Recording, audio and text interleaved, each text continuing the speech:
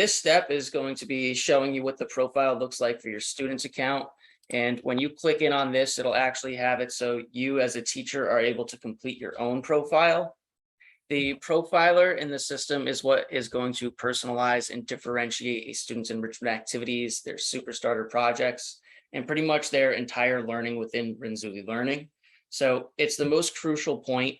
Now, you don't have to assign it to your students. It's automatically given to them based on their grade level. So once they log into the site, they'll be given one of three profilers.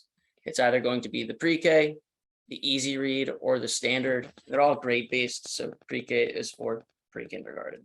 The easy read is for students K through 4, and then the standard is for students 5 through 12.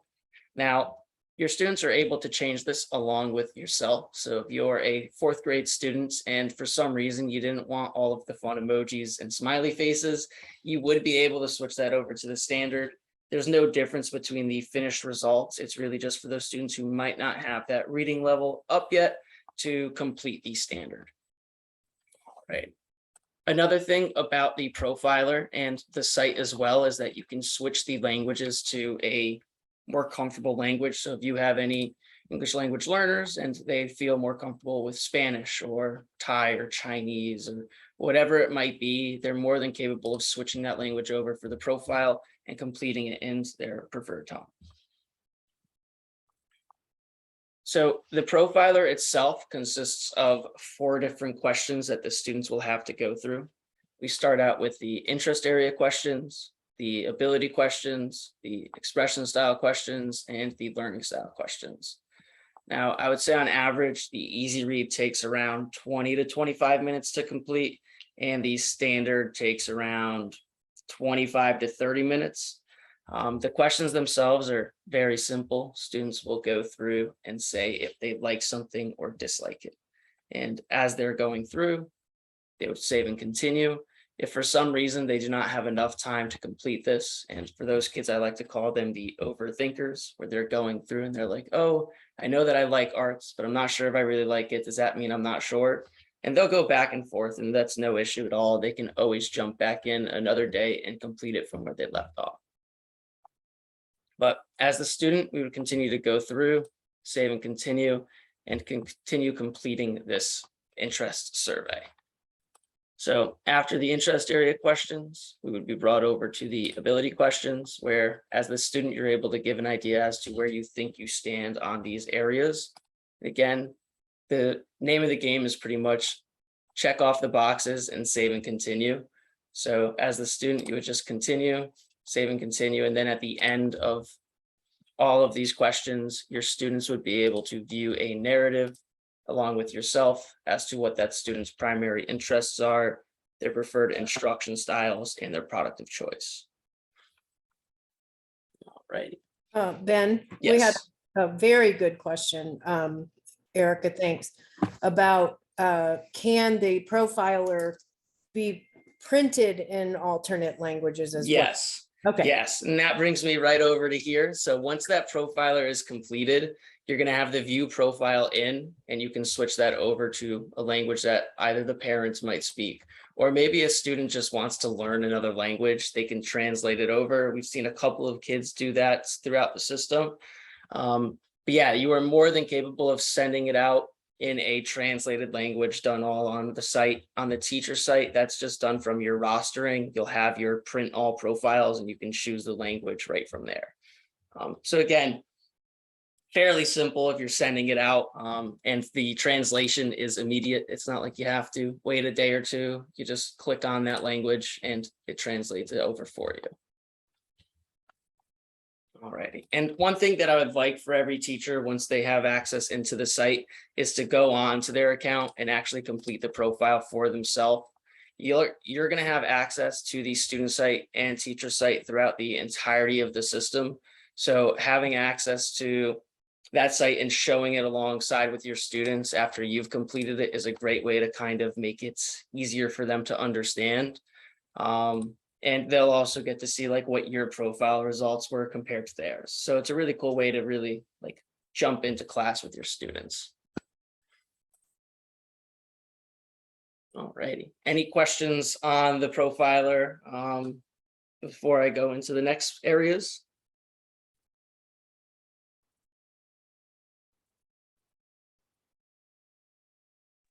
So I do have a question. Mhm. Like, and maybe it's not a question, more just like a comment. I've had a few students that read theirs and they say, well, that doesn't match what I said. So for example, they'll say, oh, they hate math, they don't answer any math questions, but then in their profile, it'll say, the second area of interest is mathematics or something like that.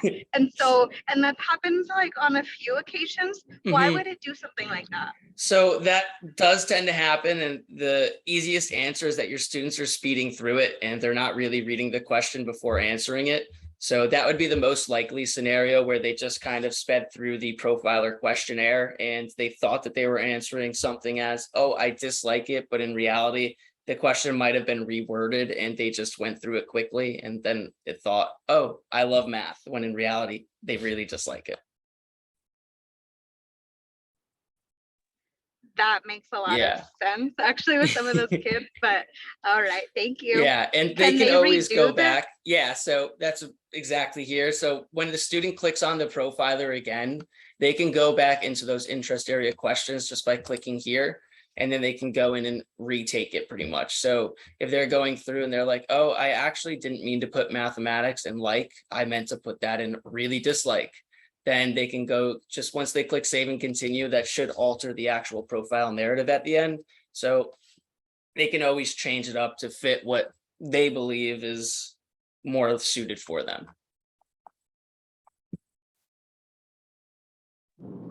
perfect, thank you. No problem. All righty.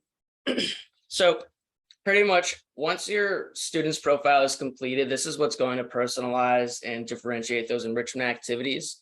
So for my case, since I'm really interested in video and photography, athletics, performing arts, and then my product style is hands-on, artistic, and oral, I might have some more like hands-on activities that correlate to those interests, especially for the projects, to try and draw me into something that I'd like to complete and have fun with.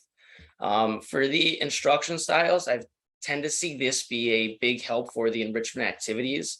So in my case, I dislike math. I've always disliked math, but I do like learning games. So if you're throwing a math activity and making it into something that is a game that I can complete, it'll be bringing in those activities to try and draw me in. So that's the whole goal of this profile. So again, for a student who profile doesn't really suit them, they can always go back and change it to fit what they believe to be them, because the last thing we want is for a student to hate math and have a whole bunch of math activities be brought in and they wouldn't have any interest in the site.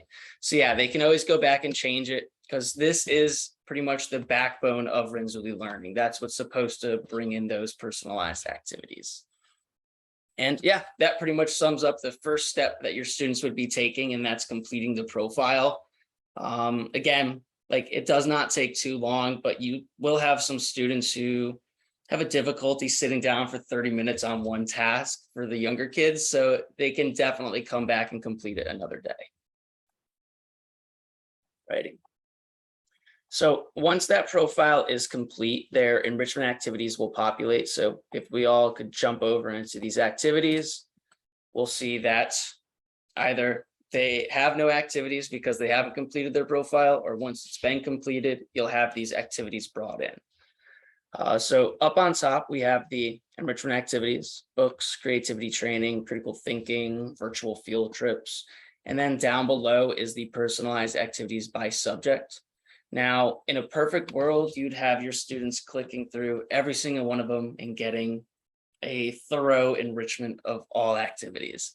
In reality, if it's completely student driven and it's all on their own, they're going to go to virtual field trips. I see this all the time. This is the highest click rate in the site. So it might just be telling your students when they log on to Renzulli Learning, go and complete a critical thinking activity or a creativity training, or if you're going to focus on that subject, have them jump into math, history, science, foreign language, or whatever it might be. But jumping into the activities, students would click in and it's going to pull up the one highest student rated activities first. And in reality, we push this out for students to rate it, but It's kind of like rating a Amazon purchase. You almost never do it. So it's the same thing for those students, but it's going to show some activities that they'd be able to choose from. So on my account, the Statue of Liberty virtual tour comes up first. So if I wanted to jump in, I just click on that link and it takes me over to my virtual tour of the Statue of Liberty. So I jump in, I get to see all of Statue of Liberty. I can break it down into different areas. So if I wanted to focus on the crown interior, now I get a chance to see that view as if I was actually in the Statue of Liberty itself. So I love the virtual tours. I think that they're awesome. They give a pretty cool insight to students who might not live in the area to go check it out. So I definitely recommend them. Now, not all of these are going to have a finished product for a student to turn in. So in the case where you're just looking for some type of, let's see, some type of product like that, something to show what they've done, the self-assessment or a journal entry would be a big help within those areas where they don't have an actual handheld or completed 100% to hand into you. So the self-assessments are going to be linked to every activity. So if we click in on this check mark for the self-assessment, it'll bring this over to the self-assessment questions and the linked activity. So from here, we would just click continue and then go through and start answering these questions for our virtual tour self-assessments. And then after we've completed all 7, we would complete this and submit it to our teacher. And this would just be sent over to you in Renzulli Learning. It'll be, again, right on your dashboard. You'll be able to check out that completed work that your student has done. Okay, so another way to have students submit work is going to be that journal entry. And again, this is just for those activities that don't have a finished product. So the journal entry can hold them accountable for what they had done in class. So today I went to the Statue of Liberty and I learned about how it was originally brown because it was made of copper, and then over time it deteriorated to this green color now that we see. So you give the teacher some feedback, save it, and then again, it's just turned into that teacher, so you'd be able to review everywhere that your students are going. And the main reason that I try and have teachers use one of those 2 accountability forms is just because since every student's account is personalized, they might be in completely different areas. So just to make sure that they're all using the site and seeing exactly what's been done, it's going to really help you out a lot to see like what they actually learned within each spot that they were in. Like if I was in online activities or critical thinking and I just did the memory game, then in that case, it's going to be completely different than that Statue of Liberty tour. So any questions on the enrichment activities so far? I have a question. Yep. I am curious about, I noticed that there, these lessons come from a lot of different websites and sources. And I am wondering whether they're all checked for accuracy and Yes. how they're chosen. So there's a couple different ways as to how they're chosen and checked for accuracy, and a couple other things also that I'll go into right here. So pretty much our resources are all submitted through our curators and or teachers that use the site. So they're all teacher checked beforehand. And then the actual sites themselves are checked on a daily basis just to make sure that they're not being redirected or broken. So we pretty much have an AI that goes through them every day to make sure that, okay, so this virtual field trip just got, the link is broken. And then it pretty much sends over a notification to one of our curators to go replace that link with another link very similar to it, and then change the description of that activity. So that's how they're added in. But again, like it's just teachers adding it in. It's not going to be like 100% like agreement into another teacher, but they're all brought in by other educators throughout the US. And then, yeah, so it's always getting checked as well, just to make sure that it's not going to be redirected anywhere. Thank you. No problem. And then Nancy, I see that you have a question about how much time they spend on an activity. So in the teacher site, there's a tab called the Live Student Activity Ticker, and that shows you exactly how much time a student has spent on an activity. So that's going to be your best friend when monitoring work. I like to call it Big Brother. It shows you everything from clicking on to completing to submitting work, and it's all dated and timestamped. So that would definitely be the best option for seeing how much time your students are spending on their activities. All right.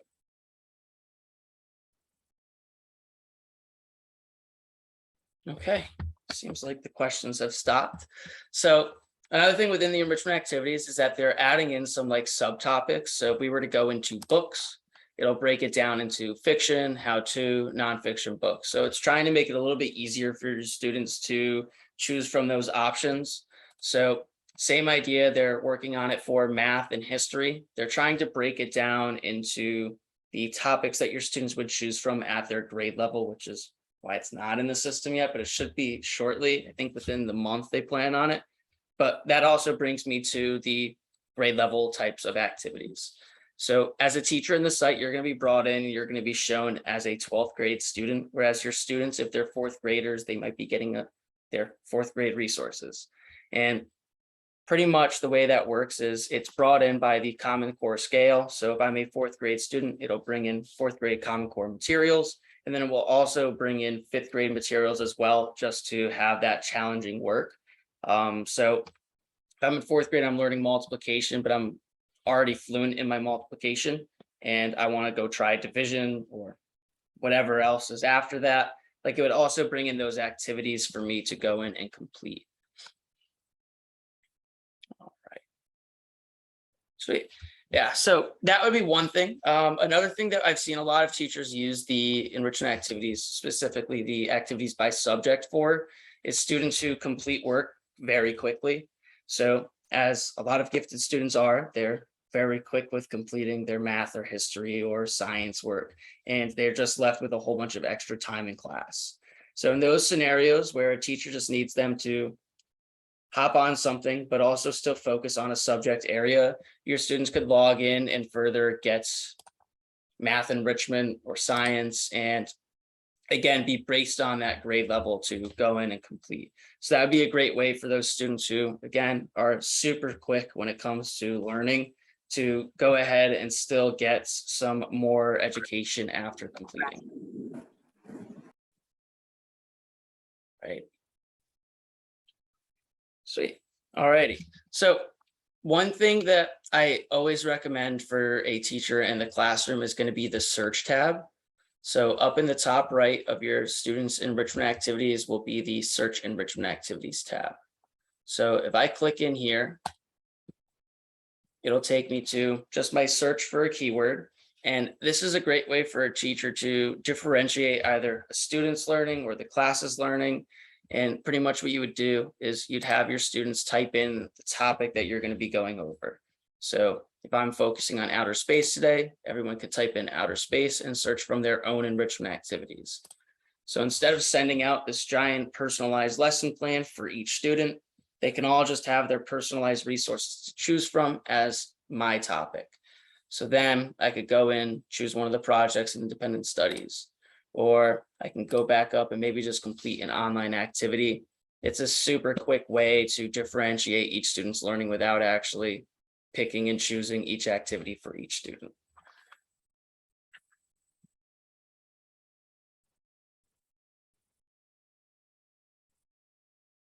All right, any questions there?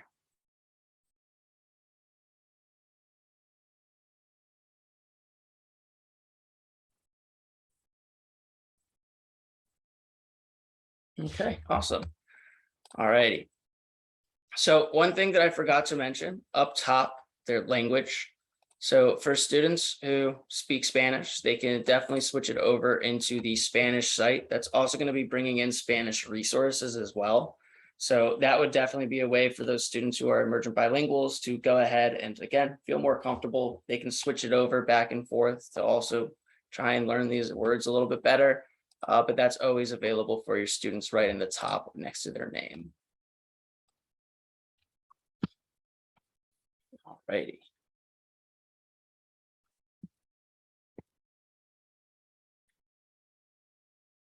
Sweet. All right. So another thing when we're jumping in, the self-assessments change based on the activity type that we're doing. So now that we're in the research sites tab, when I click on the self-assessment, I'll have these 5 questions instead of the 7 for the virtual field trip. Vice versa, if I'm going to critical thinking, and I'll have 5 different critical thinking questions to work with as well. So it breaks it down into a couple of different areas, and it always makes it so they have like a different narrative that they're turning into their teacher.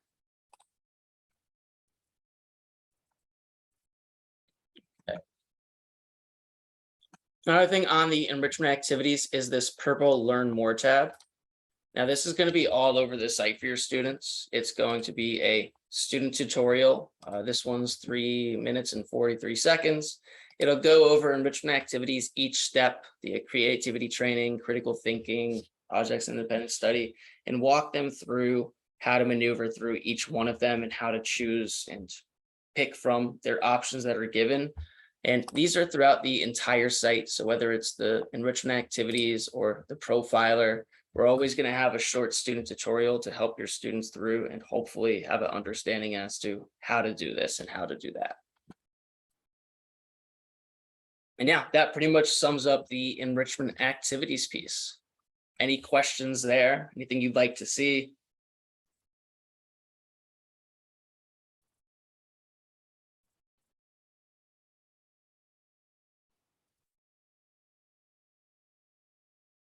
Okay, awesome. All right, so next after enrichment activities would be the projects. Now, for the enrichment activities, I'd say that those typically take 15 to 45 minutes to complete, depending on whichever one they choose. The projects tend to take a couple of weeks or longer, depending on how much time that they actually get into the system for. And I'd exempt the projects and independent studies and the books from those 15 to 45-minute activities, just because they will take a lot longer to either read a whole book or complete a whole project. But as your students, they would be able to click on My Projects, and then they'd be able to add in a new super starter or create their own projects from scratch. Now, the super starters are going to be projects created by our curators that are all based on a grade level and a interest that they would have. So for this, your students would try one of the super starters, and it would bring them to a page that's going to look a little different than mine. It originally shows their most relevant super starter projects first. So it should have like 5 or 6 different options for them to choose from that is based on their profile and their grade level. Whereas mine, as the teacher, I'm still able to view all of them from my student site. So for this, I'd be able to check off my grade level, and then again, narrow the results down by the topic I'd like to choose.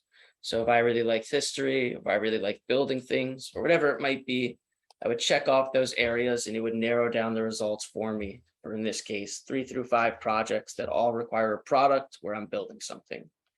So I still have my science, my history, and all of these other projects that require this product where I'm building something.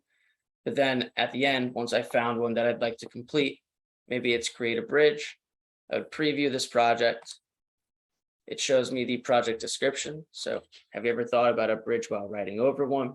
How does it stay up? How can it hold so much weight? How do engineers and architects design them? And as I'm going through, it shows me those interest areas, the steps and questions that I have in the beginning, and then each step and resource that I'll need to go through to complete this project. So I continue, and then at the end, we have our intended product, or in this case, we can make a model bridge that meets the following conditions, shows me the resources I would need, or I can make a replication or model of a famous bridge.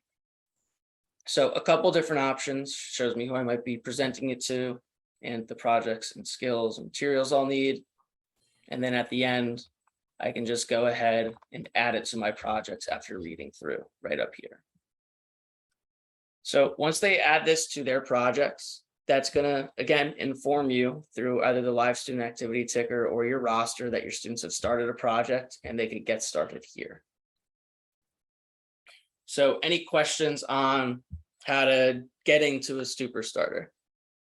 So Ben, once, and maybe you're going to go over this Mhm. now.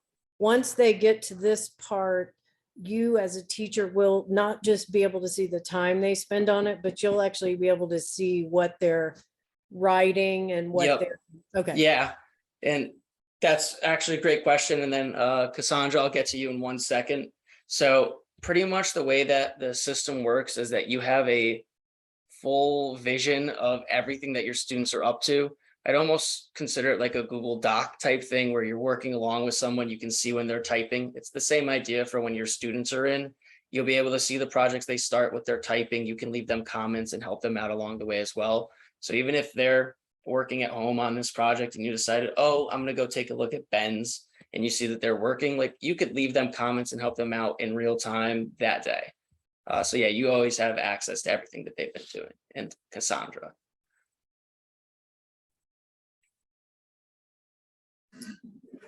Sorry, that's perfect. Is there like an estimated time that each like section should take, or how long the whole project? Or is it really just dependent on what you give them in the classroom? Like, I just don't want to say, okay, work on this, and then they take Mhm. 3 months on it. So, I mean, I can obviously modify Yeah. that. Is that So plan? I would like to say that if a student is really working on it and spending time, it would take between 2 to 4 weeks. So definitely completable within a month. But then again, they have their curriculum resources that they have to do as well. So if I have my history project due at the end of the week in my regular classroom, then it might be a little bit difficult to complete this in the 2 to 4 weeks. So it really depends on how long that they're able to use it and so on. But like we recommend like a project a quarter pretty much. And then that would definitely be something to kind of stand by where you're like not pressuring them too much to complete it. And they definitely have enough time to go ahead and do it. Alrighty. Any other questions on that aspect? Well, actually, I do have one. Mhm. So would they be working on enrichment activities and the projects? Or would you say like, because in elementary school Mhm. here, the kids are pretty much in a pull-out situation, so they leave the classroom and work with the gifted teacher. Mhm. And then if they're a fast finisher in the gen ed class, they would do the enrichment activities. I guess the teacher could actually decide what they want to do, but Mhm. what is the recommendation for Renzulli? Would they work on the enrichment activities just in the classroom and then work on the project when they're with the gifted teacher? Work on both, give them an option to say, Mhm. you can work on your project or you can do an enrichment activity. So I would say for the start, I'd always push out the enrichment activities first. And that's just because they're quick and all correlated to one's profile.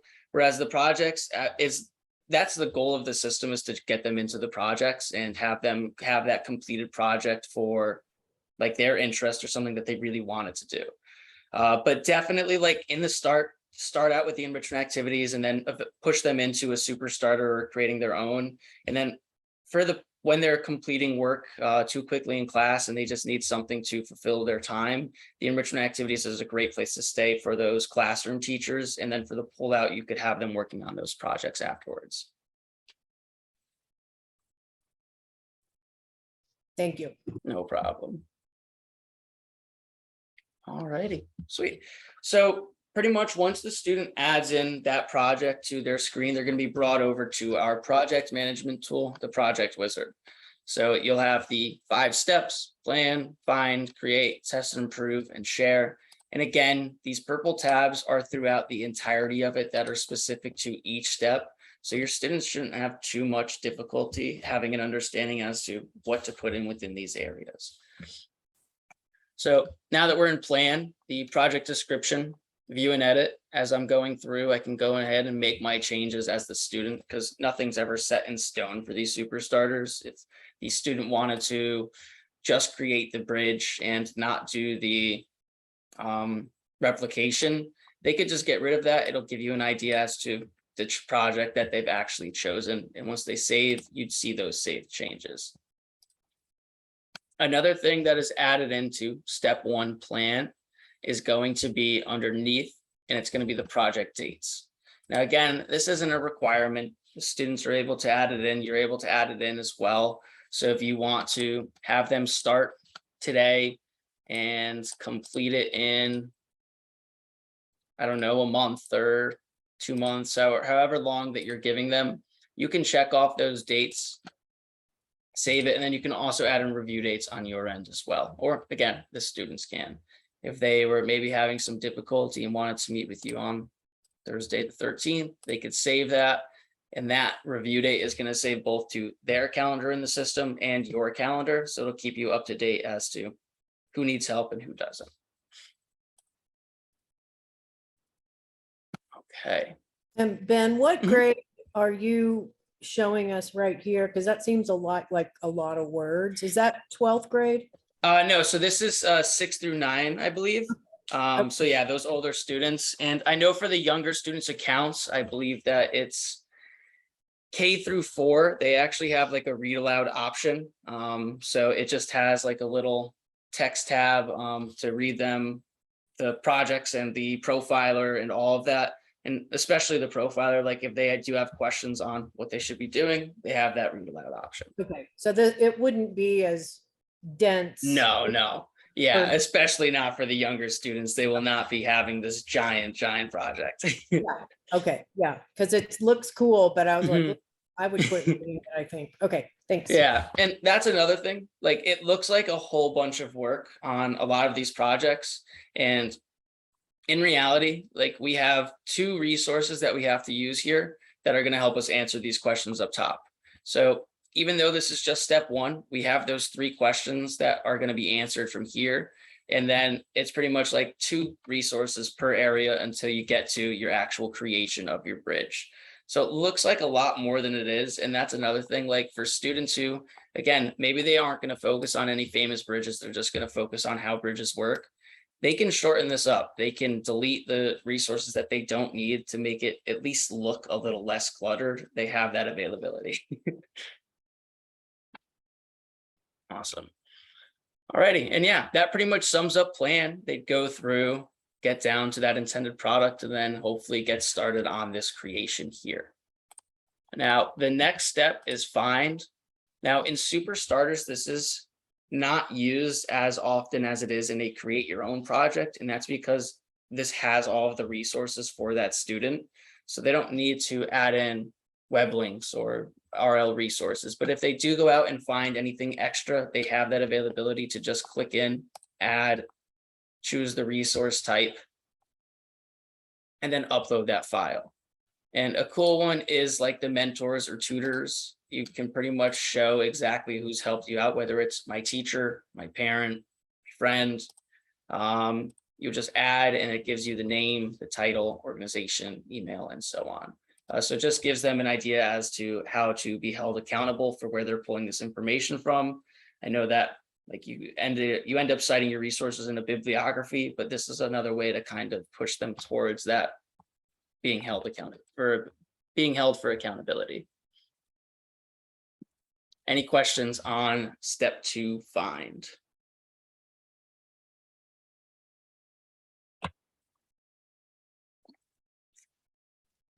Okay, awesome. So step 3, create. This is where they're starting to really work on that project. They answered those couple of questions, but for a project that is, let's say that it's not this handheld creative bridge where you're building it out of toothpicks and glue, and you have a lot of like heavy text that you're going to be writing, you can start filling that information in here. So for the drafting of the text, in this case, it might just be describing the bridge that I'll be doing. So I will be making a drawbridge, and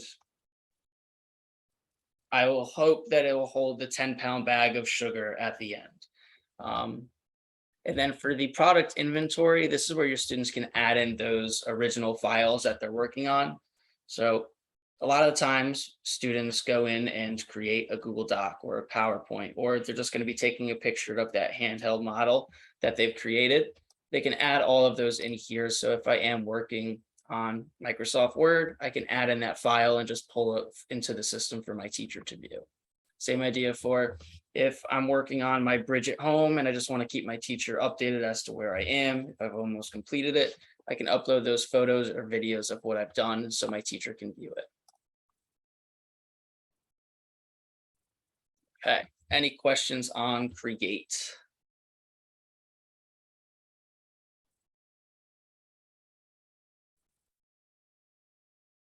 All righty.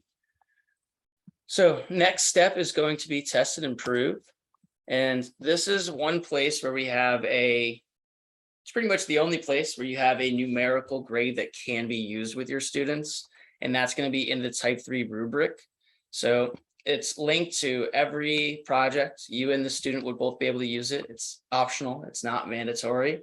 But you click in, it'll pull you to the actual rubric itself, where it shows for phase 1, plan, the academic ability, creativity, and task commitment. And the student and teacher are both able to go through and say their description as to where they think they stand. You can have the blue shading, the yellow shading, and then once you both agree, it turns green. But it's definitely a good way for your students to see where you believe that they are compared to where they think they are. Underneath would be find. And then lastly would be the create, test, and share once it decides to load. Love the internet. But right here is going to be that actual graded rubric. So it's on the break 3 rings, academic ability, 0 out of 16, creativity, and then the task commitment. So you have 40 points and you and your students are both able to go through. And I've seen teachers never use it, and I've seen students request it because they need that numerical number to show where they are. But again, it's optional, but it's right here for you to use if you'd like to. So you just click on the square Mhm. and you use that, the. Yeah, exactly. to fill Yep, it. you use the bucket to fill it up. And then for the students, it already populates. And then for the teachers, it would go into blue. Okay, great.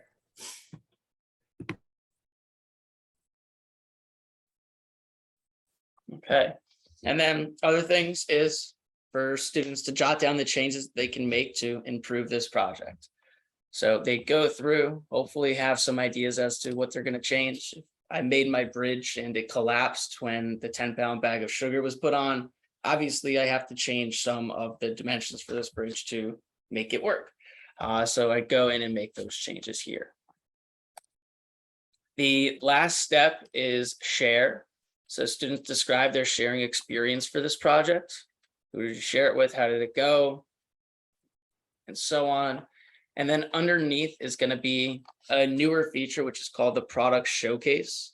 Now, this is a virtual showcase environment, whether it's for a singular student, an entire classroom, an entire school, an entire district. It really depends as to who is making it. So the whole purpose of this is that it's going to hold those completed projects and have a private sharing portfolio for either, again, those students or that student or that classroom, whoever it might be. It's created by the teacher on the teacher account, which I'm sure that we'll go into. But yeah, students would just add into their active showcases that completed project, and then they'd be able to view each other's work. And it kind of looks like a YouTube channel. Like it's a whole bunch of videos just in frames next to each other. You can do a search if you're looking for a specific kid, if there's a whole bunch. And we've also seen a couple of schools doing it as student portfolios. So if I want to show all of my projects and just the products itself, I can upload it all onto my own personal showcase, and you could click through and view my year's work. Or hypothetical, I had it from kindergarten to 12th grade. You could see my kindergarten work all the way to 12th grade work. So yeah, that one's a newer feature that's definitely pretty cool to be able to share. Their actual showcase itself is a link that a student or teacher can share with parents or other teachers. So again, it's private to whoever you both invite. So any questions there?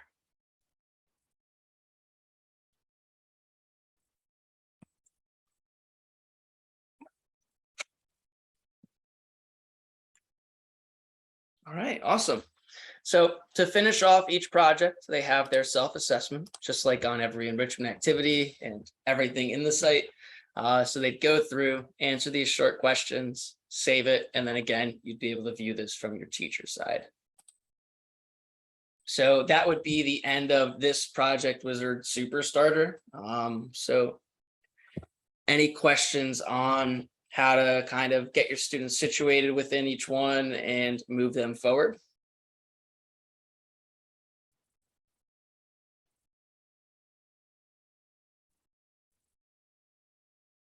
All right, awesome.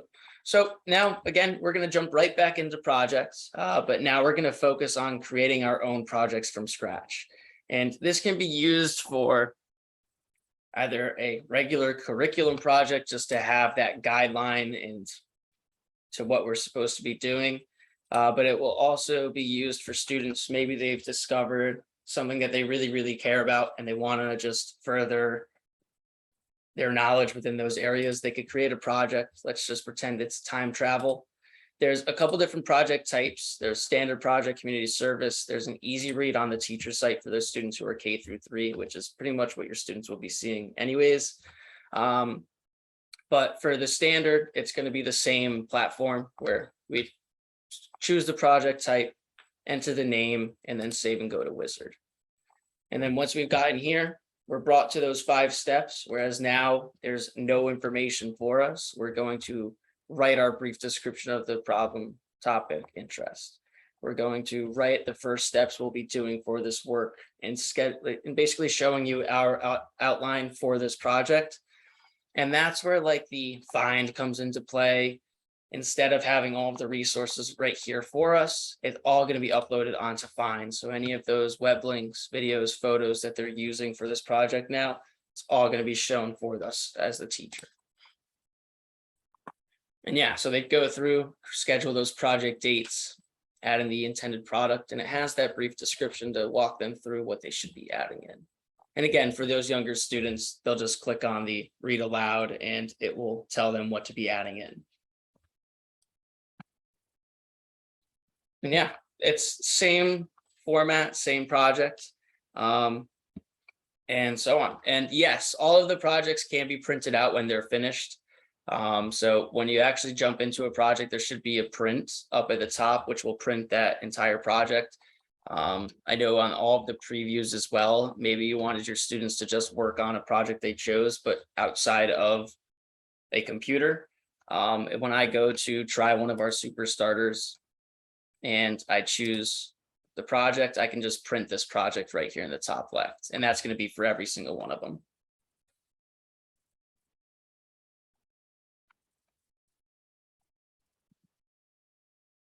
Okay. Sweet. So the other projects that students are able to create from scratch right now are going to be the community service projects. So as a student, I would check off community service, type in my project name, which in this case, we'll just use community service. And then once we've submitted this and we went to the Wizard, it would bring us to our new Project Wizard screen, where in this case, it looks a little bit different. We don't have the plan, find, create. We have our proposal approval, action plan, and the completion. So pretty much what the students would do is they would describe their project information, their description, why is it needed, and the goal of this project. And then they would request you as the teacher to get approval to actually go off and do this community service project. And this is really here for you to make sure that whatever the students choose is safe, I guess you could say. If they want to go to a dog shelter and help the animals, awesome, that's great. It's a lot safer than going out and getting a whole bunch of stray animals and taking them home and nurturing themselves back to whatever they were. So again, like this is really just for you to give them the okay. And then from there, they go through their action plan as to how they're going to do this, and they complete that project for their community service and share their experience in doing so. So it's a little bit of a different format just because of the type of project it is. Again, it's just the teacher approval that is really changed. But there are definitely some cool projects that your students could go ahead and do here as well. And then I know for the high schools, they're adding in the like senior projects, capstones, and like every high school project that your seniors would be doing pretty much. And yeah, that pretty much sums up the project side of it. Again, like when your students go to these super starters, they'll be seeing it there. Personalized super starter projects brought in instead of the entire list. And it'll also be their age level. So they're not going to be getting a 12th grade project in 3rd grade. They'll be getting their resources. So any questions here? Ben, is there any way you could show maybe what a K3 screen looks like? Do you? Yeah, so I would just have to log in as one of my students, which let me see if I have any K3. I can just try and see if I can find one of the projects on the teacher site.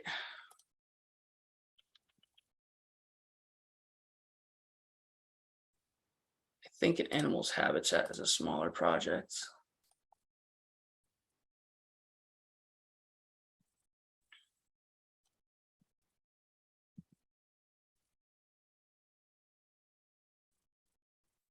Okay, adaptations and habitats.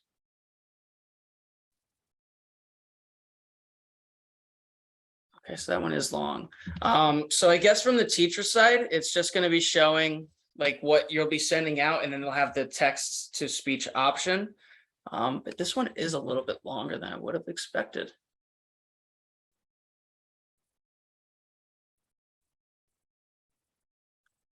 Let's see, step 1, organisms, habitats, step 2. Didn't that one say 3 to 5, grades 3 to 5? Yes. So maybe the ones for littler ones. Oh are a yeah, the little K to bit- 2. Here, let me just break that off then. Awesome ABCs, backyard animals. All right, let's see.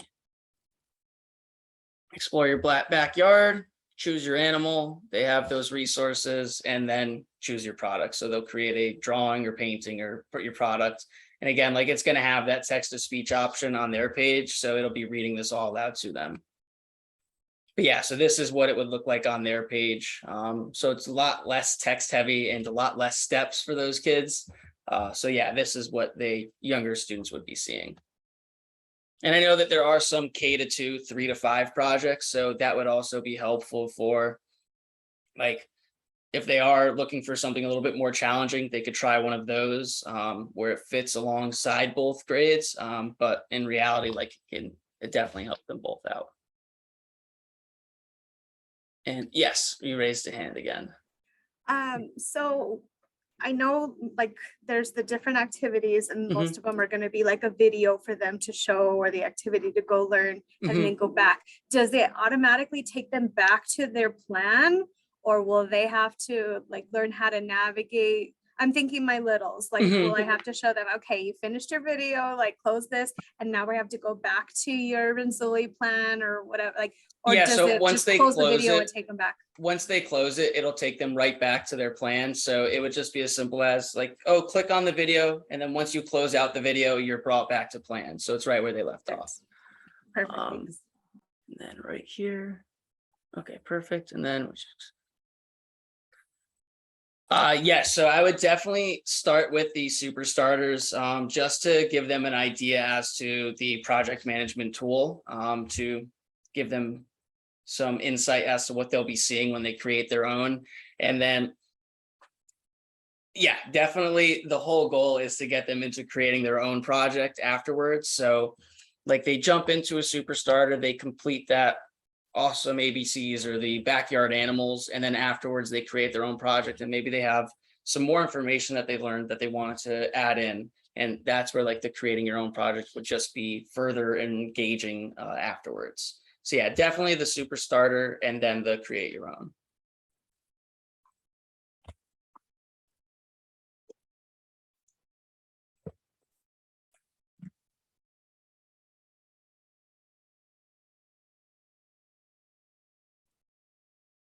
Okay, awesome. All righty. So that sums up the projects. All of your projects will populate on the student screen. Now, mine is going to look a lot different than your kids. I do these meetings every day for hours, so I have thousands of projects. But for your kids, they might have like by the end of the year, maybe 4 or 5, however many, and they can always go back and either complete the project or work on it, review and print right here. So they'll always have those options afterwards to come back. And that's another cool thing where, like, if I'm a 4th grade student and I want to go see what I was working on in kindergarten, like I'd be able to see the work that I was doing at those young ages. So it's always going to populate within those students' accounts. Alrighty. So that's the enrichment activities and projects. Now, those are the 2 biggest student-driven sides of the site. After completion of the profile, students typically get between like 4,000 to 8,000 activities brought into each one's account. So they shouldn't have trouble finding something that they'd like to do, let alone ever completing all of them. So they could definitely keep busy on a student-driven aspect of their enrichment activities or projects, and then just show you that finished product or report back to you with a self-assessment. But in the cases that you do want to send anything out to your kids, everything will populate right on their dashboard as well. So their home screen. So your lessons you send out, the assignments, the projects, that's all going to populate here. So if they're ever like, I can't find it, they probably just didn't log into the system that day, because it's right when they log in. So on their homepage, they're going to have their notes, sites visited, documents, lessons, assessments, citations, personal success plan, and then they have any assignments or projects, those would populate here as well in another box. But for their notes, we'll just jump in. Students are able to go back to their previous notes. And one thing that I would definitely tell them is that it's not going to show all of their notes at first. And the whole goal is that they have a whole bunch of them and we don't want to have it be cluttered. So they can break it down by week, month, year. So if they're ever like, I can't find my notes that I made last week, it's just because it's just showing today's notes. They would go and add a note, do the subject, add in that information. They can add in those videos or pictures or anything here as well, just to show you what they were talking about. And then once they save it, it saves into their notes. Their sites visited is going to have every site that they visited. Again, it's broken down by day and week and month and year. So if I wanted to see all the sites I visited in the month, I can go through and check out those. If I wanted to see all of the ones that I've done in the year, I can go ahead and check that out. And it's just going to pull up those enrichment activities that I viewed. So if I ever wanted to go back to one that I knew I liked, but I couldn't remember the name, I could just click through that history search pretty much. The documents, so all of the files I have uploaded to Renzulli Learning. So whatever I've changed or added will all populate here for your students. Again, it's really just going to be showing the file uploads into their project or any pictures or images into their journals or self-assessments, just to give you that information. I highly doubt it will look like all of the assignments that I'm adding into the system. But again, like, they can always go through and review what they've uploaded as well. For the lessons, it'll show their current lessons up on top, but it also goes to their dashboard. And then they can also go back to their expired lessons. Now, in this case, this could be helpful for a student trying to study for a test. Maybe they were focusing on estimation and the test is this Friday, but the lesson plan was last week. I can go back and view those activities and entire lesson plan here. So nothing's ever really deleted. And that's like the whole idea of the system, is that they can always check those activities and what has been sent out to them. The self-assessments will have every self-assessment that your student has worked on. So they can break it down by specifics. If they only want to look at the virtual field trips or the critical thinking assessments that they've done, they can go ahead and look through those. They can view and edit these as well to see what they've typed in and completed, and then still complete and submit to their teacher.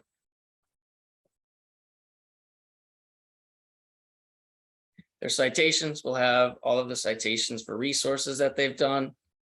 I have not done many, but they'd be able to go through and check those out. Again, everything is saved right on their dashboard.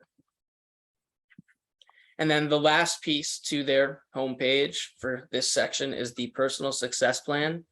And this goes into a student's account in, I think they made it 4th or 5th grade this year. It's one of the two.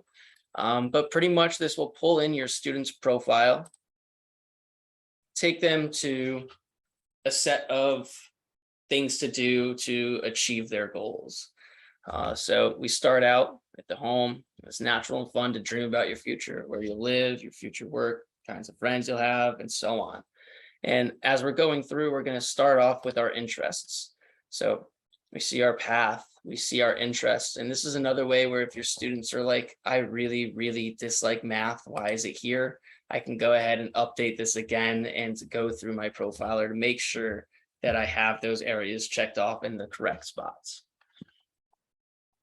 But yeah, so we go through, start off with interests. It gives the students some pretty much like descriptions as to what to go through, what interests matter, and they would continue on through these steps. So next would be my heroes and helpers.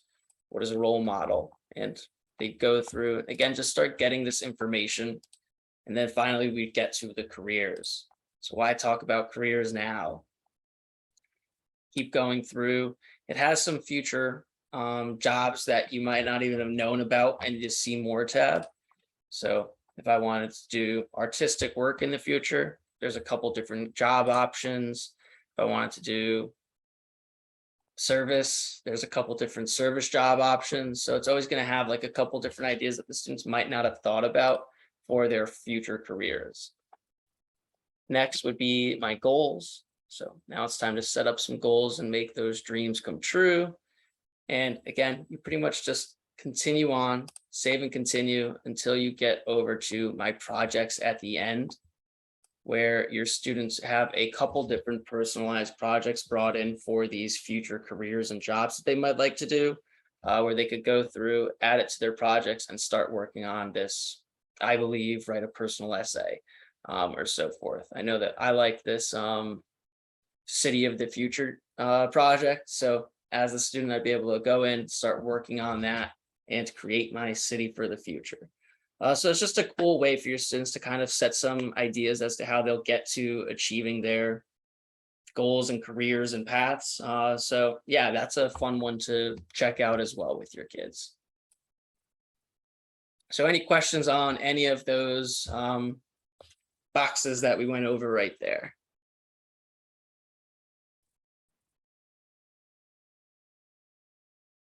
Okay, awesome. Everybody's so fast at learning these days. So up in the top, we're going to have our home screen, the inbox, your calendar, journal, groups, search, help, and language. We've already went over a couple of those, but your inbox is going to be pretty much a email chain that the students are able to send over to the teachers. Vice versa. There is no student-to-student direct messaging in the system except in a group project where it's all a teacher and student chat where everything's recorded. It's all censored, so your students can't say anything that they wouldn't say in front of you anyways. But yeah, so they go through, and this can pretty much be, I'm going to send a message as a student. If I'm affiliated with a teacher, it'll show my teacher's name. So if I only have one teacher and his name's Ben, I'll have Ben, and I can go ahead and send a message over to discuss my project or whatever it might be. Your inbox is going to have any messages that have been sent over to you by said teacher or whoever's associated with you. So you can always go through and review those as well.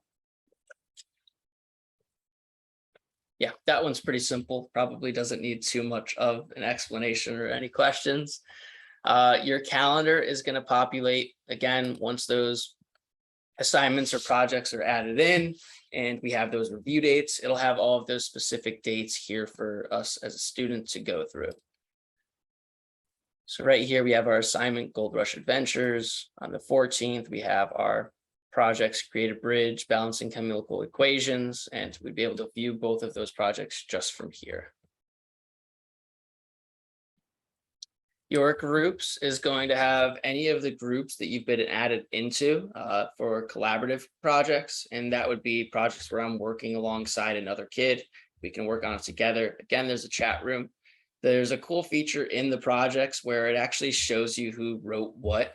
So if your students are working together, they can't really get out. They can't get away with the, oh, Ben did nothing in the project and Carol did the entire project. It doesn't work that way because it shows you who's writing what. So that's something to let them know as well. Like, oh, hey, I can actually see who's putting in the information. So you actually both have to work on it. And yeah, so that would have their student collaborative groups here. The search bar will take you over to the search again, just like in the enrichment activities, but there's another search right here that they can choose from, which is the advanced search. So this can break it down into specific areas. So if I wanted to only focus on critical thinking activities and math at a 3 through 5 medium, and I'll just write math, it'll pull up all of those resources for math at a 3 through 5 medium that are pulled into my account for critical thinking activities. And again, it's going to be varying for each student, but that's a really fun and easy way to like have a specific search for maybe a more advanced student, like even though they're in 4th grade, but they're trying to do some type of math at a higher level, they'll be able to do those specific searches and find those resources. So any questions up on top? The help page is pretty much just some videos to navigate through areas. It has all of those little short videos for the students to view. So if they ever do need help, again, the student tutorial videos are typically pretty helpful for them. So they have that up at the top of their screen as well.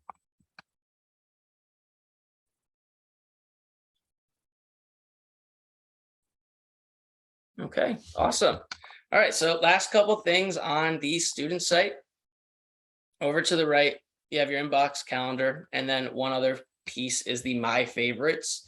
Now, My Favorites will have any activities that your students have went through and decided to add to their favorites. So right here, I added it, and now that is on My Favorites. Students can also go through and rate it. Again, almost never happens, but if they wanted to take their time and actually rate this activity and submit that, you would have that show up for other students. And that's the whole goal, is that students are able to show activities they like, and it pulls that to the front for other kids to view. So it's important, but again, students don't typically take the time, just like I don't typically take the time to rate stuff. So it's more than okay if it doesn't. It should pull in a lot of activities they like just off their profile anyways. This will also be where if you're sending out an activity to them just by sharing it, it'll go over to a student's favorite where they could view it and complete those teacher submitted works.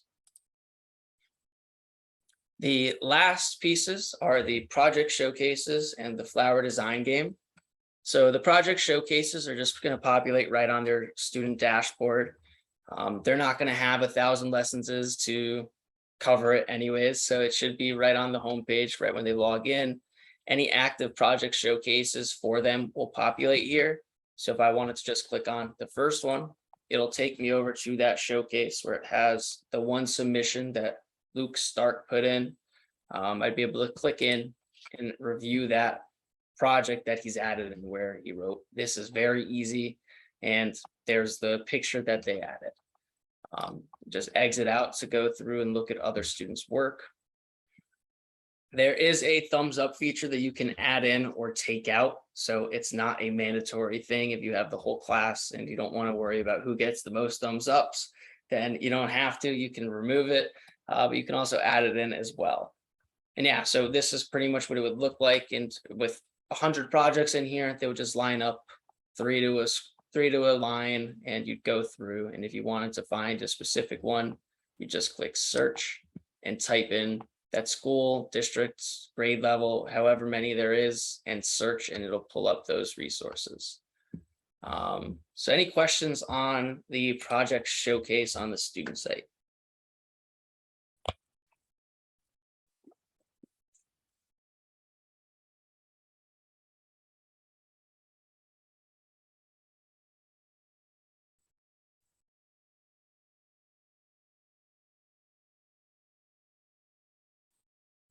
Okay, awesome.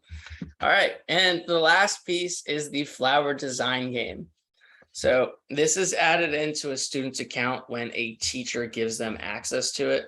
On the teacher site, it's called the Ceviche Test of Creativity. So pretty much the whole story behind it is Murad Ceviche, who's the creator of it, was on the board for the Torrance test and wanted to create something that was graded by AI so it'd be faster to get the results back and much cheaper. So he made it, he added it into the system, and you pretty much just give your students access by saying can take the CTC on your teacher site. I'll show you that in a second. But then the students would click in and take this game. So after completing the game, it says, thank you for playing the flower design game. You don't actually get to see their completed results. I mean, they don't actually get to see their completed results. That's the right way to say it. So they don't know that it's an actual test. It's just something fun for them to do. Whereas on your teacher site, you'll be able to review all of those students' completed tests. So right here, after it's been completed, it'll show you their scores for fluency, originality, elaboration, flexibility, and then their overall for the grade level. Up on top, it'll give you an idea as to what those actually mean. So if you're like, what does fluency mean? Why are they below average? Shows you the number of valid ideas. Creative people tend to have many ideas and so forth. So you basically go through and kind of get a better understanding as to where your students stand amongst other students who've taken it. And I think that they've had like a couple 100,000 students now have the CTC taken. So they go through, complete that. If you'd like for your students to have a chance to take the CTC, yeah, I'll show you the test in 1 second. They click on the CTC for students and then check off which students you'd like to have the availability to take it. Now for the actual test itself, let me log into someone who has started it. So Nikki, we go to the flower design game and we click to take it. And then it will bring us to the test where we're going through and we're creating these flowers. So students will go through and pretty much just add in these flower petals to create their original ideas. It does not have to be flowers. We've seen a lot of students start off with something similar to just like a 4-petal flower. And then by the end of the test, they're making race cars and whatever they can imagine. I've seen a couple baseball fields or other options like that, but it's a cool way to kind of see where like every student starts here and then they all go completely different directions. And that's like the whole idea of the test. Now they cannot take this one specifically multiple times. They're adding in the second test right now, which they'll basically take at the end of the year. So you could have like this be the start and then the next test be the end, and you could kind of see if they've either grown or decreased in their creativity. And then this also acts as a helper to their creativity enrichment activities. So once they've completed that, it'll pull in a couple different creativity training activities to hopefully focus on some areas that they are lacking in and increase those. So that's the whole idea for that test. Again, like it's graded by AI, so you get the results back that day. And all you'd have to do for that aspect is go to the CTC for students under My Students, and then download the CTC report, and it'll pull up all of those completed reports per kid that has finished it. So yeah, any questions on that one?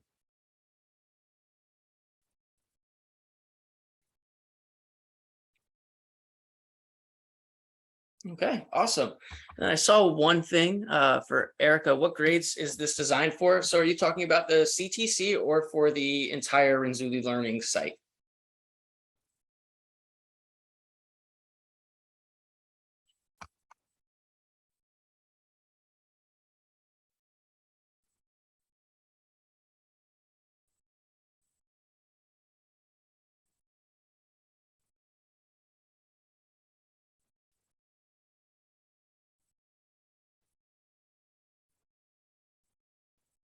I'll go over both then. So the site is designed for K through 12, and the CTC can be used with any grade, but we've typically seen it be easiest to be brought in and done on the students like site on their own without any teacher like description as to what it is, how to do it. By like, I think 3rd grade or 2nd grade, it's like a flip flop between where the school is and how far along the student is. But the introduction is fairly simple for the student to understand as to how to move forward with it. And yeah, they go through and complete it that way. But yeah, it can be accessed for any age student.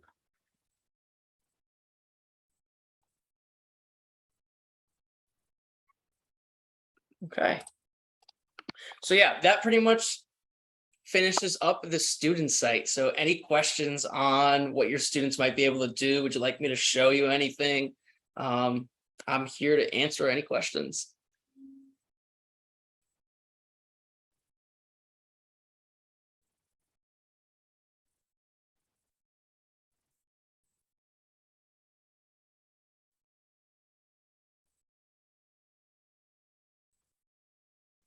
Okay, all righty.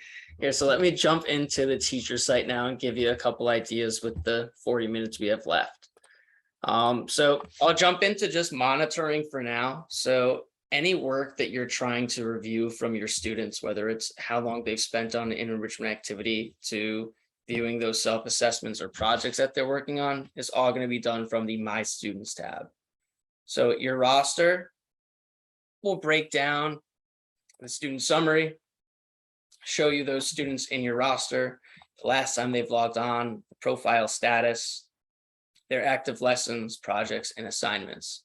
So if you want to view student 2's profile and you want to switch the language to Spanish, you just translate that over and then print this profile, which is really just meaning save it to your desktop, and then you can email that over to maybe the parents or whoever it is that would like this description of their students. Switch that back over. You also have the ability to change your site over to the Spanish version as well. So if you wanted to change my account to Spanish, we could go ahead and switch over the entire system to Spanish. Now, I don't speak Spanish too well, so I'm going to go back to English, and then we'll take you over to some more of the rostering. So underneath the student info is the registration info, and that's going to show you your first student, their username and password, their pretty much everything about them. Now, your students will be using Clever, so this isn't mandatory to have that username and password, but if for some reason it's acting up in their Clever backpack or Clever's down that day, you'll have their username and password here to give them to log into the site just from the regular RenzulliLearning.com. Your profiles will show you every student's profile. Now, again, a lot of my students are all fake and I have not completed their profile for them. But if you wanted to see it, you could just go to each student and click through next, next, and next. And again, you can always change those languages on the way in doing so.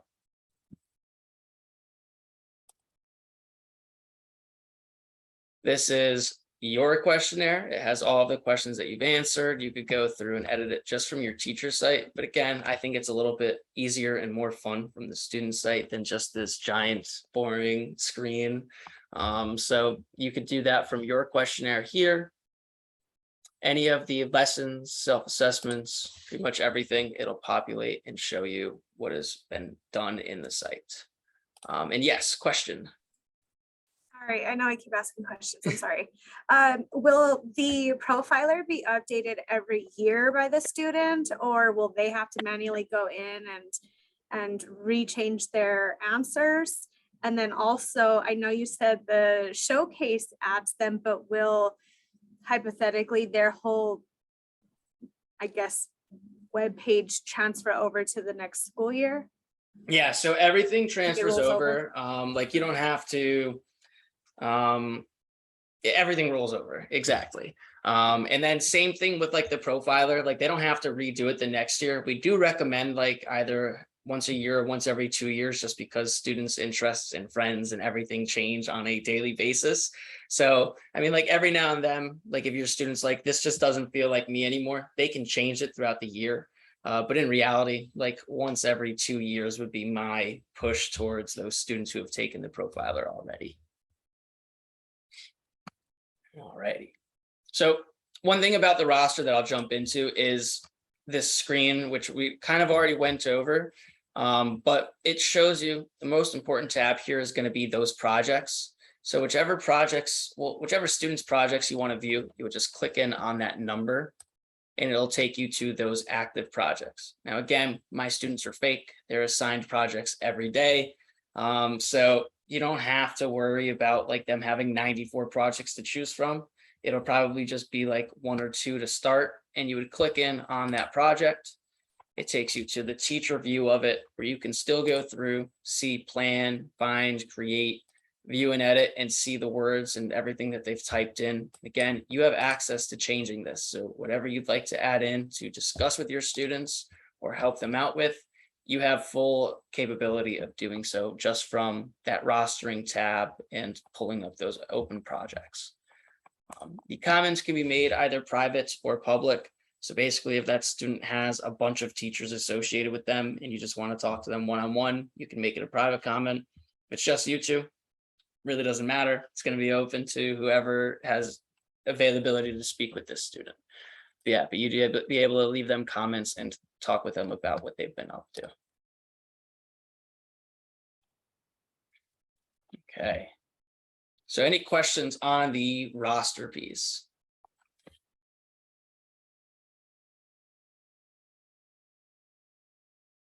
Okay. Alrighty. So the next one that I'll go over is the live student activity ticker. We'll go into student reports right after, but when we click in on this, it's going to pull up all of that information. So it might take a little bit to actually pull together, but once we get here, it shows us the students who log on, the activities they start, create, view, the exact time that they were doing it, and so forth. So we're going on, we're checking it out. Student 5 views the activity food packaging. 40 seconds later, they're in another enrichment activity. We can take a pretty good guess that they did not finish food packaging, and that the next activity they viewed would be the completed work. So again, yeah, it's going to have all of that information for you. These are all links. So if I go to Liam Demaro saved his journal at 8:59, it'll take me over to the journal entry that Liam Demaro had saved. And I can, again, leave them comments, check it out, and see that completed work. The live student activity ticker can also be used to break it down by activity type, by student, by school. So again, it depends on how many kids you're working with. But if you only wanted to focus on the enrichment activities for the day to see what they've been up to, you can break it down this way and it'll pull those information stats for you. Again, student, if we're only looking for student 2 and their enrichment activities, this will do that information for us. So any questions on the live student activity ticker and how to use it? Yes.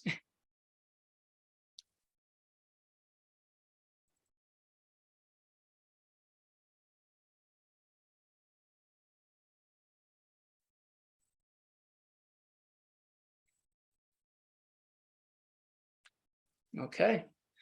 All righty. So next would be the student reports. So in this case, this is kind of just going to be an overview of your students' utilization into the site, and give you an idea as to what they've been using. So once it loads, we'll be able to review that.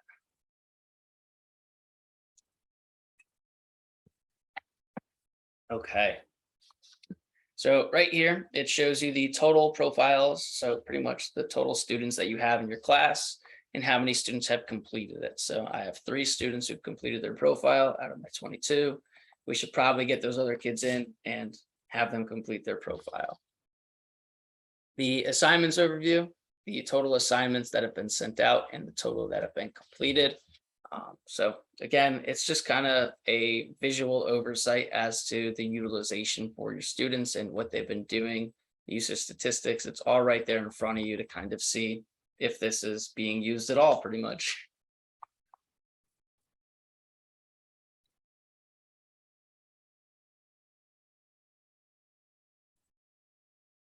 All righty. So no questions on monitoring student work then?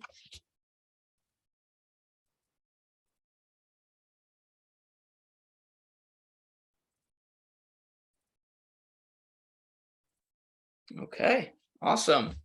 All right, so we'll finish up the My Students tab then. So my approvals, anything that you are sending into the system to get approved would populate here. So pretty much anything that you add in or request will populate here. Your Manage Students tab is going to have your roster update. So pretty much in this case, your students should all be linked to you through Clever once you get that request sent in. But afterwards, if you have a new student that is in your classroom but was already in the system, you can always update this roster here and add them in from your school. The register a student won't be done by you. That'll be done through Clever, so you don't have to worry about that. The usernames and passwords will have all of those student usernames and passwords in your class. So if you just need to go through the list and hand them out because something's not working that day, you can go ahead and do that from here. Bypass Profiler is for K through 1. So for those students who, again, might not be able to sit down for 20 minutes and focus on one thing, and you just want to give them like a specific set of enrichment activities just to get into the system, you can bypass those profilers to make it so they have those K through 1 activities and still get the enrichment that they would be wanting. The Reset Student Profiler is going to be, if you want your student to completely take the profile over again, you could reset it and submit it right here. And that's really just for cases where they did it in like 5 minutes and they didn't look at a single question. They just checked off all the bubbles. You could reset it and have them retake it. Again, this ETC for students is right here. Pretty much they don't have access to the flower design game on their screen until you give them access. So it would end up with just the project showcases in the beginning. And then once you give them access, it would populate right down below and submit that. And yeah, that's pretty much like the monitoring of the student site. Does anyone want to like go through and check out some of the enrichment activities? Because I know that Tony plans on going over the assignments, lessons, and all of those tabs throughout the week.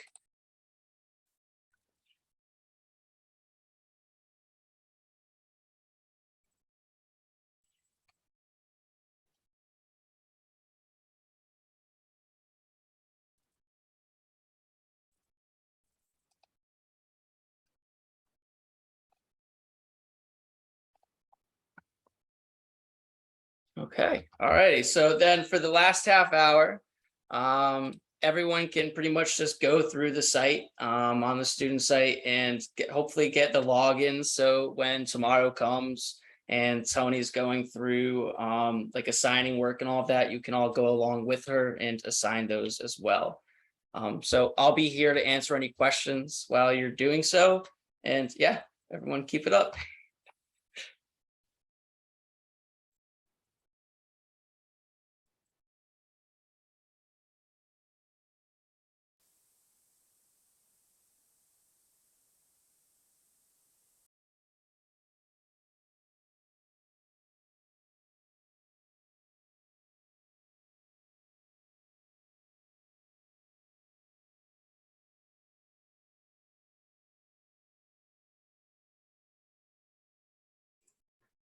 Can you walk me through real quick adding the CT thing?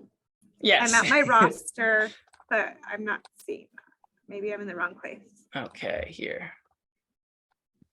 So you should see it underneath My Students. If you go to the Okay. My Students tab and then click on the Oh, I see. CTC for students. I Yeah. didn't go there.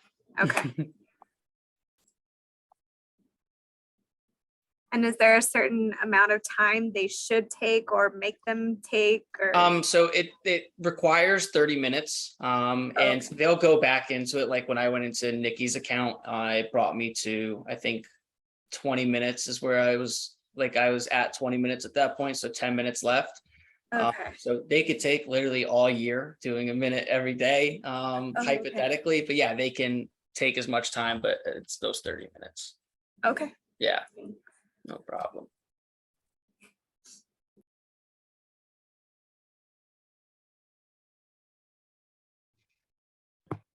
Can you show us one of the lessons and how you would assign a lesson? Are the lessons pre-made or do you create them? Yeah, I can jump into that really quickly.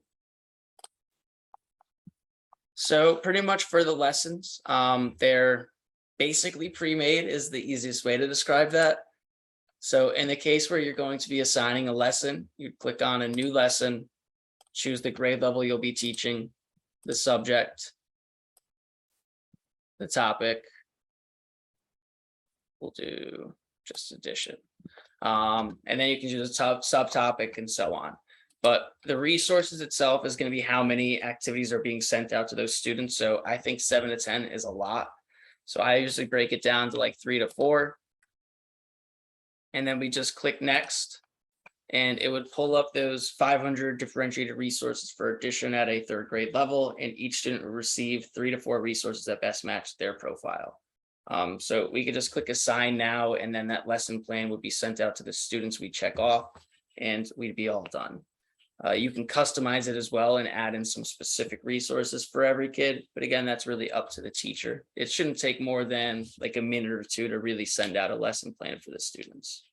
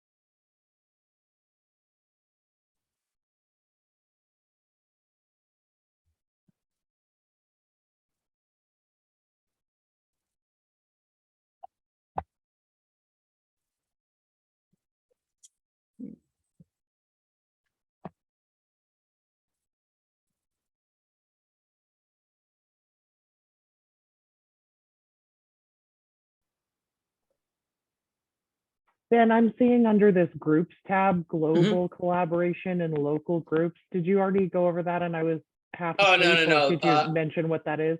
Yeah, so I didn't even have a chance to do that. Tony's going to be doing that over either tomorrow or the next day, but I'll Okay, give you like perfect. a pretty brief description of it. Pretty much the global collaboration is a global group that's accessible to anyone around the world who has Renzulli learning. So your students would be able to collaborate with kids from different states, different countries, as long as you're the one putting them in. And that's really just so your students can't go out and talk to random people. So yeah, the teacher would go off and pretty much choose from the projects that they'd like to add their students into, or create their own for other teachers to send a request in. And Tony will Thanks. give a much better explanation of that in a much more in-depth version. Perfect, thank you. No problem.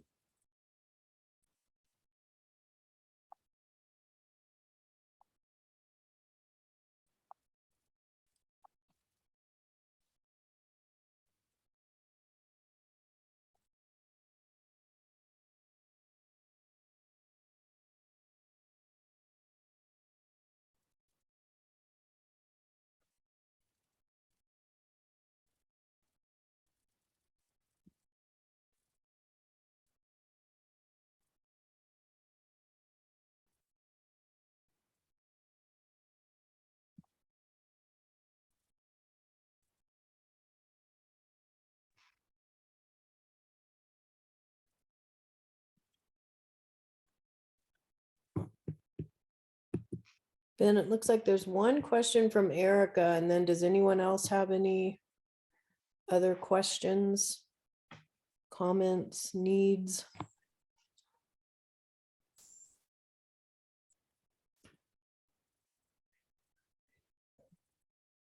Oh, wow. Yeah, that should probably not be at the top. There's typically not much of religious-based science in Renzulli. The only reason I could imagine that is, let me even see. Aviation Museum.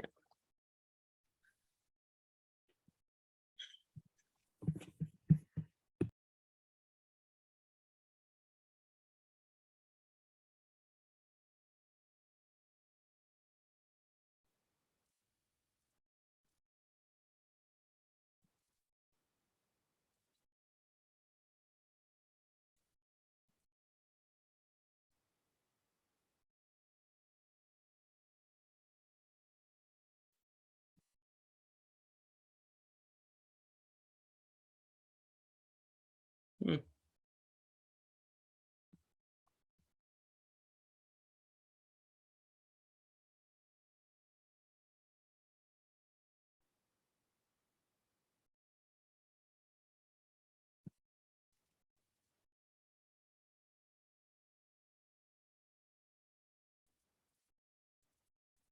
Yeah, I'm not entirely sure why that one's at the top. It looks like it's just focused on like the virtual tour of that place. But I could definitely check in with our curators to see why that one would be the first to be mentioned.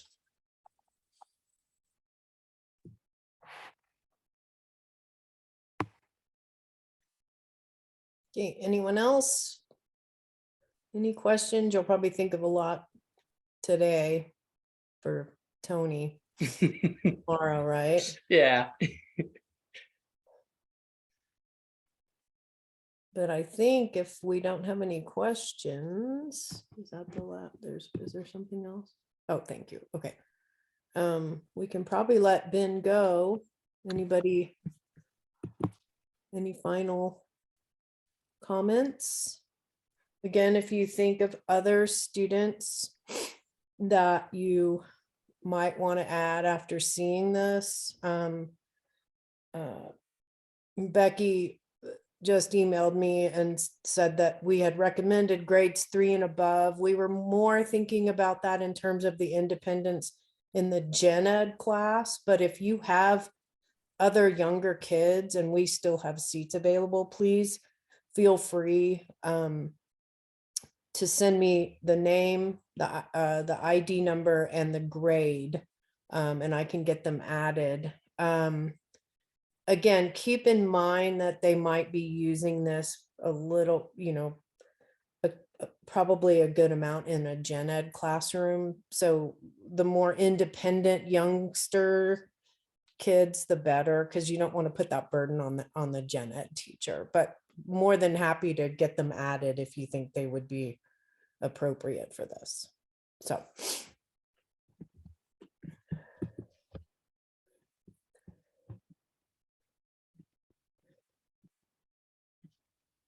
Yeah, and I think, yeah, Ben, this was great. Awesome. I thought I knew a little bit about it.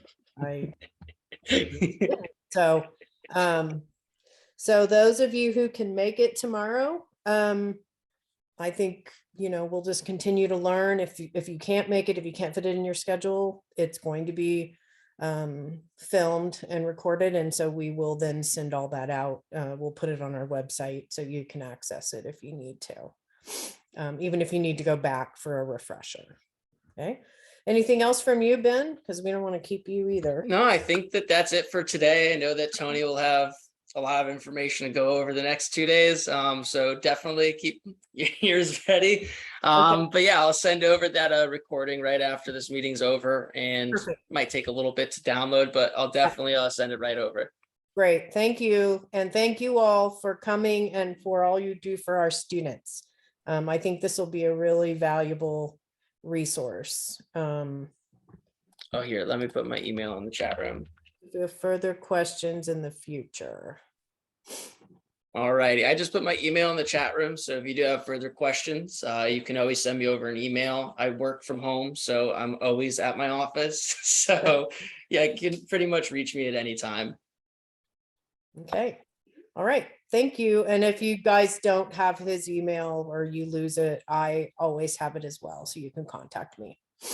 Okay. Awesome. All righty. Everyone Thank have a great you. day. Appreciate it. Bye. Bye-bye.